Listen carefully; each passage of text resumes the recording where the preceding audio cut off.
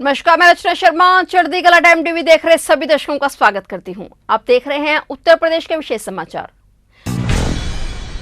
मुख्यमंत्री योगी आदित्यनाथ ने लखनऊ स्थित कारगिल शहीद स्मृति वाटिका में कारगिल विजय दिवस के अवसर पर आयोजित कार्यक्रम में हिस्सा लिया। इस दौरान सीएम योगी ने कारगिल विजय दिवस के मौके पर मातृभूमि की रक्षा में अदम्य साहस का प्रदर्शन करने वाले देश के वीर सपूतों को नमन किया। उन्होंने कहा कि विश्व इतिहास में भारतीय सशस्त्र बलों के अद्भुत पराक्रम, उत्कृष्ट रण कौशल और अटूट कर्तव्यनिष्ठा के महान प्रतीक कारगिल विजय दिवस की सभी को हार्दिक बधाई। मां भारती की रक्षा हेतु प्राणोत्सर्ग करने वाले सभी रणभांकुरों को भावपूर्ण नमन। उन्होंने कहा कि हम बहुत भाग्यशाली हैं कि आजादी के महोत्सव के साथ हमें अमर शहीदों का विजय दिवस मनाने का अवसर मिला है। सीएम ने कहा कि 11 अगस्त से 17 अगस्त के बीच आजादी महोत्सव कार्यक्रम का आयोजन होगा। सभी प्रदेश और देशवासियों से निवेदन है कि अपने अपने घरों पर तिरंगा लगाकर आजादी विजय दिवस मनाएं और यही अमर शहीदों के लिए सच्ची श्रद्धांजलि होगी। सीएम योगी ने कहा कि देश के लिए जान को निछावर करना सबसे बड़ा बलिदान है। सीएम ने कहा कि देश प्रदेश के सभी अमर शहीदों के परिजनों के साथ प्रदेश व देश की सरकार हर समय खड़ी है।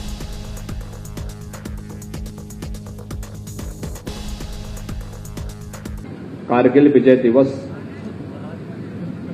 का आयोजन कर रहा है और इस अवसर पर भारत माता के उन सभी महान सपूतों के प्रति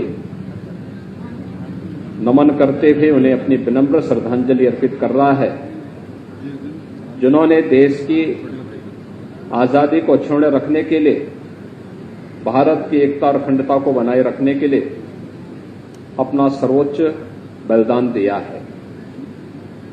कारगिल युद्ध भी स्वतंत्र भारत का एक ऐसा युद्ध है जो भारत पर पाकिस्तान ने जबरन थोपा था। मई 1999 में ये कारगिल युद्ध प्रारंभ होता है और 26 जुलाई 1999 को, यानी आज ही के दिन 1999 को कारगिल युद्ध में भारत की विजय की घोषणा भी हुई थी।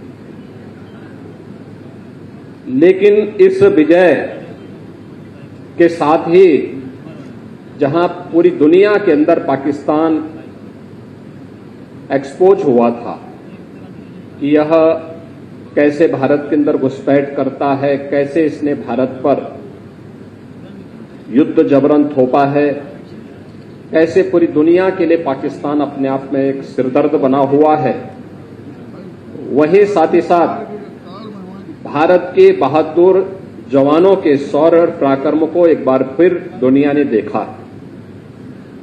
इस युद्ध में अनेक वीर सैनिकों ने अपना सर्वोच्च बलिदान दिया था, जिसमें लखनऊ से captain Manoj Kumar Pandey, captain Aditya Mishra, lance naik Kevalanand Dwivedi, rifleman Sunil Jang, major Ritesh Sharma, इन सब का नाम बड़े गर्व के साथ और बड़े सम्मान के साथ पूरा देश लेता है। और यही कारण है कि हमारे इन बहादुर जवानों के शौर्य, उनके साहस, उनकी वीरता को ध्यान में रख करके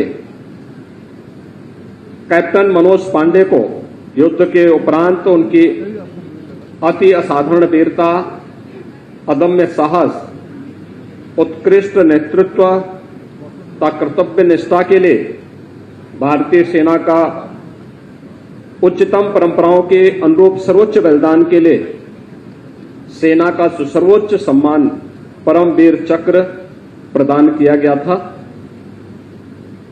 प्रदेश सरकार ने देश के पहले सैनिक स्कूल का नाम कैप्टन मनोज कुमार पांडे के नाम पर ही प्रदेश के अंदर स्थापित किया, जो 1960 में लखनऊ में स्थापित हुआ था। मुख्यमंत्री योगी आदित्यनाथ की अध्यक्षता में आज मंगलवार को हुई कैबिनेट बैठक में कई विभागों के अहम प्रस्तावों पर मोहर लगी। परिवहन विभाग की तरफ से पेश किए गए उस प्रस्ताव पर भी मोहर लगी, जिसमें एनसीआर में आवागमन के लिए यूपी के लोगों को रोड टैक्स नहीं देना होगा और इसके लिए यूपी परिवहन विभाग ने 4 राज्यों दिल्ली, हरियाणा, राजस्थान और यूपी के बीच रोड टैक्स को लेकर करार करेगी। इसके अलावा ललितपुर में जेल निर्माण के प्रस्ताव को भी मंजूरी मिली है। अब तक एनसीआर में रोजाना आवाजाही के लिए कैब और टैक्स वालों को एक्स्ट्रा रोड टैक्स देना पड़ता था। अब इन 4 राज्यों से करार के बाद यूपी के लोगों को रोड टैक्स नहीं देना होगा, बस अब एक ही जगह टैक्स देना होगा। इससे विभाग पर अतिरिक्त बोझ तो बढ़ेगा, लेकिन लोगों को इससे राहत जरूर मिलेगी। वहीं ग्रामीण क्षेत्रों में सुविधा देने के लिए कैबिनेट ने निर्णय लिया कि कॉमन सर्विस सेंटर में पंचायत सहायक को संचालन के लिए अधिकृत करने का फैसला किया गया है। 18,000 में ग्राम सचिवालय बनाए गए हैं, जिनमें पंचायत सहायकों की नियुक्ति की गई है। प्रदेश सरकार द्वारा ग्राम सचिवालय में कंप्यूटर, इंटरनेट आदि सुविधा भी उपलब्ध कराई जा रही है और इसके अलावा बेसिक शिक्षा विभाग के स्कूली बच्चों को डायरेक्ट बेनिफिट ट्रांसफर के माध्यम से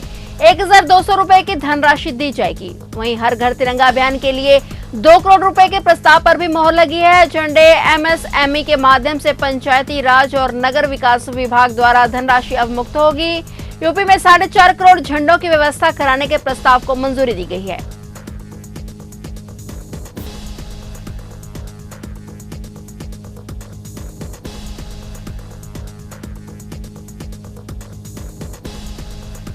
जेवर एयरपोर्ट की खूबसूरती में 4 चांद लगाने के लिए कोई कसर बाकी नहीं छोड़ी जा रही है। एयरपोर्ट को चमकाने के साथ ही उसके आसपास के गांवों को चमकाने के प्लान पर भी काम चल रहा है। एयरपोर्ट पर आने वाले देश विदेश के यात्री गांवों की खराब इमेज न लेकर जाएं, इसके लिए जेवर एयरपोर्ट के जद में आने वाले गांवों पर 300 करोड़ रुपए से ज्यादा की रकम खर्च की जाएगी। साल 2021 में 14 गांव, तो अब इस साल 16 गांव का चयन किया गया है। गौरतलब रहे कि ग्रेटर नोएडा अथॉरिटी ने गांवों की सूरत बदलने का बीड़ा उठाया है। ग्रेटर नोएडा अथॉरिटी के अफसरों की माने तो 9 तरह के खास काम के जरिए गांवों को स्मार्ट विलेज बनाया जाएगा। इसके लिए गांवों को चयन किया जा चुका और ये काम गांवों में पहली वरीयता के आधार पर कराए जाएंगे।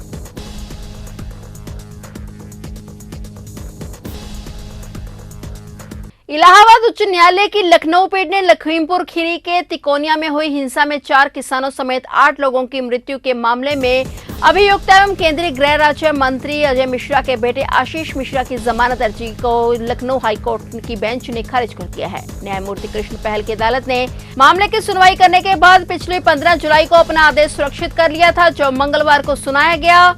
गौरतलब है कि तिकोनिया कांड में उच्च न्यायालय ने पिछली 10 फरवरी को आशीष को जमानत दे दी थी, लेकिन बाद में उच्चतम न्यायालय ने जमानत आदेश को निरस्त करते हुए उच्च न्यायालय को निर्देश दिए थे कि वह पीड़ित पक्ष को प्राप्त मौका देकर जमानत याचिका पर फैसला सुनाए। इस पर उच्च न्यायालय ने जमानत याचिका पर नए सिरे से सुनवाई की थी।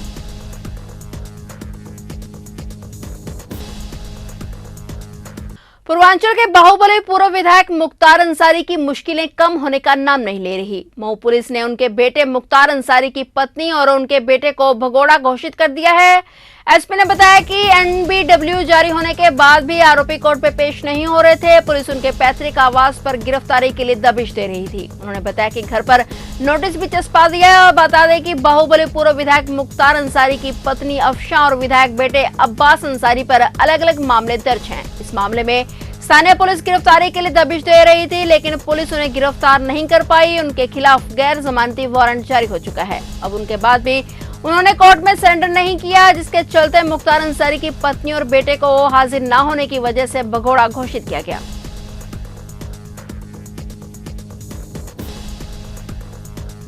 उत्तर प्रदेश के पूर्व मुख्यमंत्री एवं सपा प्रमुख अखिलेश यादव ने गठबंधन टूटने के बाद राजभर को लेकर बड़ा बयान दिया है। उन्होंने तंज कसते हुए कहा कि आप लोग जानते हैं वो कैसे नेता हैं, हमसे कुछ ना बुलवाएं तो बेहतर होगा। बता दें कि समाजवादी पार्टी और सुहेल देव भारतीय समाज पार्टी के गठबंधन टूटने के बाद राजभर लगातार अखिलेश यादव पर जुबानी हमला बोल रहे हैं। राजभर ने कहा कि वो पिछड़ों को आगे नहीं बढ़ते देखना चाहते।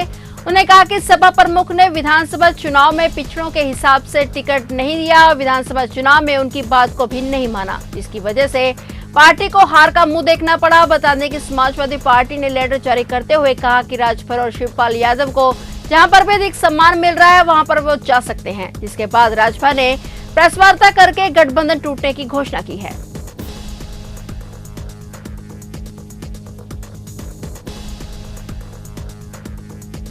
फिलहाल उत्तर प्रदेश के विशेष समाचारों में इतना ही, और नए समाचारों के साथ फिर से हाजिर होंगे। तब तक के लिए देखते रहिए चढ़ती कला टाइम टीवी और अब मुझे दीजिए इजाजत। धन्यवाद।